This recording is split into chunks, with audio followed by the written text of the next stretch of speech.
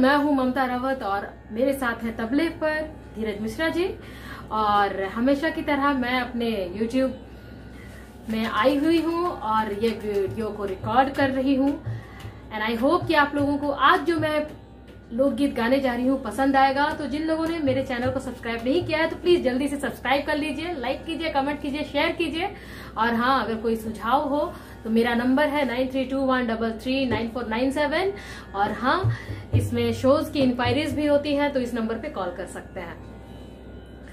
हाँ, कोयल बिना, कोयल बिना, कोयल बिन बगिया ना शोभे राजा, कोयल बिन बगिया ना शोभे राजा, कोयल बिन बगिया ना शोभे राजा, कोयल बिन बगिया ना शोभे राजा, कोयल बिन, कोयल बिन बगिया ना शोभे राजा, कोयल बिन बगिया ना शोभे राजा।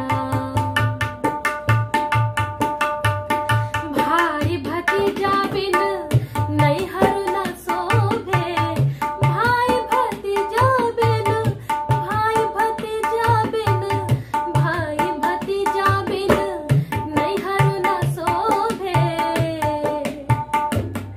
देवर बिन, देवर बिन, देवर बिन अंगना ना शोभे राजा, देवर बिन अंगना ना शोभे राजा, कोयल बिन बगिया ना शोभे राजा। सास ससुर बिन ससुर न शोभे, सास ससुर बिन,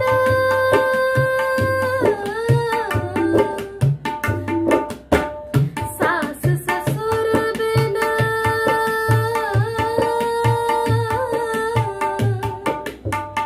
सास ससुर बिन ससुर न शोभे,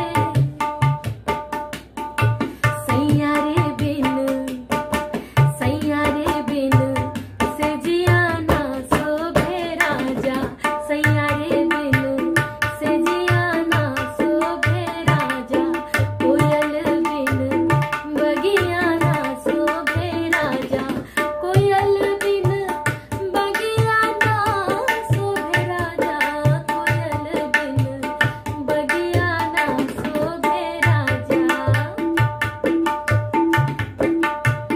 लाल सिंदूर बिन मंगियो न शोभे, लाल सिंदूर बिन, लाल सिंदूर बिन, लाल सिंदूर बिन, लाल सिंदूर बिन मंगियो न शोभे, बालक बिन, बालक बिन गोदिया ना शोभे राजा, बालक बिन गोदिया ना शोभे राजा, कोयल बिन बगिया ना शोभे राजा, कोयल बिन बगिया ना शोभे राजा। आशा करती हूँ आपको ये लोकगीत पसंद आया होगा, कोयल बिन बगिया ना शोभे राजा। और हाँ, मेरे चैनल को सब्सक्राइब कर लीजिए, लाइक कीजिए, कमेंट कीजिए। और हाँ, अगर कोई सुझाव हो तो प्लीज कमेंट बॉक्स में, इनबॉक्स में मुझे साझा कीजिएगा, टेक्स्ट कीजिएगा। और हाँ, इंस्टाग्राम में भी मैं हूँ, आप मुझे फॉलो कीजिए इंस्टाग्राम में, सिंगर ममता राउत, SINGER सिंगर, MMTA ममता, RAUT राउत, सिंगर ममता राउत के नाम से मैं इंस्टाग्राम में हूँ। मेरे फेसबुक पेज भी है MMTA ममता, RAUT राउत, ममता राउत के नाम से मेरा फेसबुक पेज है, तो उसे भी फॉलो कीजिए, लाइक कीजिए, कमेंट कीजिए, शेयर कीजिए। और मेरे इस गाने को शेयर करना नहीं भूलिएगा। थैंक यू वेरी मच।